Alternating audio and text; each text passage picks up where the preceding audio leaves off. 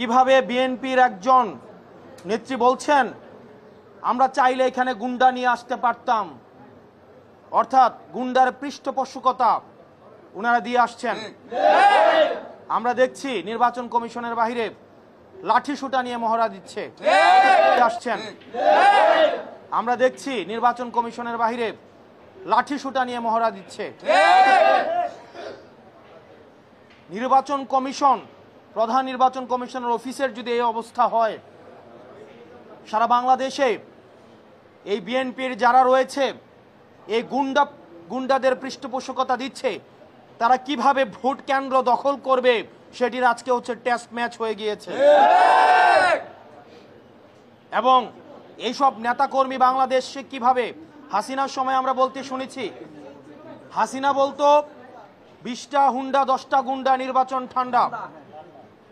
আর আজকে রুমিন ফারহানা, যিনি হাসিনার কাছে ফ্ল্যাটের জন্য আবেদন করেছেন, যিনি হাসিনার পতনে সবচেয়ে বেশি আমার মনে হয় কষ্ট পেয়েছেন, সবচেয়ে বেশি কষ্ট পেয়েছেন, তিনি হচ্ছেন রুমিন ফারহানা।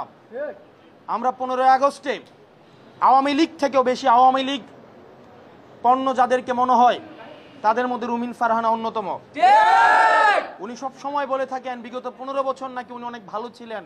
উনি অবশ্যই ভালো থাকবেন, কারণ উনি যত ধরনের আওয়ামী সুবিধা রয়েছে সব ধরনের সুবিধা উনি নিয়েছেন। নির্বাচন কমিশনের যারা কমিশনার রয়েছে, আপনারা যদি মনে করেন আপনারা নিজেরা আপনাদের এই নির্বাচন কমিশন পরিচালনা করতে পারবেন না, আপনারা অন্যরা কেউ পরিচালিত করে আপনাদেরকে, আপনারা মানুষের সামনে সেটি প্রকাশ করুন।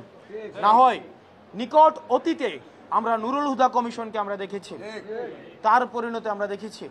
বাংলাদেশের মানুষ আবার কোনো মঞ্চস্থ নির্বাচনের দিকে যেতে চায় না।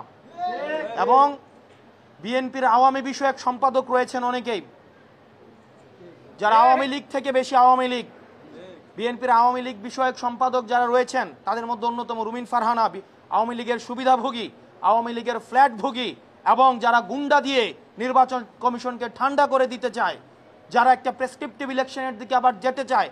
আমরা এই বিএনপির আওয়ামী বিষয়ক সম্পাদকদেরকে বলবো, আপনারা জনগণের পালসকে বুঝুন, 24 পরবর্তী জনগণের পালসকে বুঝুন, নতুবা আবার বাংলাদেশের সংকটের দিকে যাবে।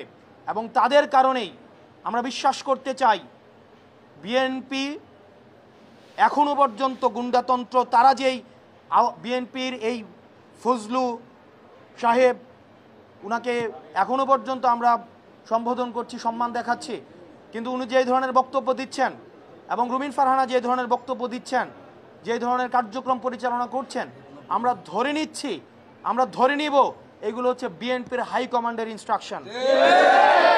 এবং আজকের নির্বাচন কমিশনে যেই ঘটনাটি ঘটেছে সেই বিষয়ে বিএনপি কি অবস্থান নেয় সেটির প্রতি আমরা নজর রাখব।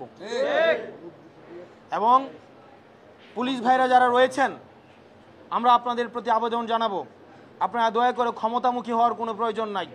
আপনারা দেখেছেন নির্বাচনের আগের রাতে যে ওসিরা, যে এসপিরা, যে পুলিশরা টাকা খেয়ে নির্বাচন করে দিয়েছে, আমিরামিন নির্বাচন করে দিয়েছে, তাদের আজকে পরিণতি কি হয়েছে। আপনারা জনগণের পক্ষে থাকেন, জনগণ আপনাদেরকে বাঁচাবে, কোনো রাজনৈতিক দল আপনাদেরকে শেল্টার দিতে পারবে না। যদি জনগণ আপনাদের পাশে থাকে তাহলে এই হুন্ডা গুন্ডার রাজনীতি বাংলাদেশে আর পুনর্স্থাপিত হবে না। আমরা এই গুন্ডার রাজনীতি আমরা ভারতে পাঠিয়ে দিয়েছি। এখন এই রুমিন ফারহানারা যদি সেটি আবার বাংলাদেশে রিহ্যাবিলিটেট করতে চায়, তাহলে হাসিনার প্রতি তাদের যে আন্তরিকতা, তাহলে হাসিনা যেখানে আছে তাদেরকেও সেখানে চলে যেতে হবে। দেশ ও দেশের বাইরের সম্মানিত দর্শকবৃন্দ, আসসালামু আলাইকুম।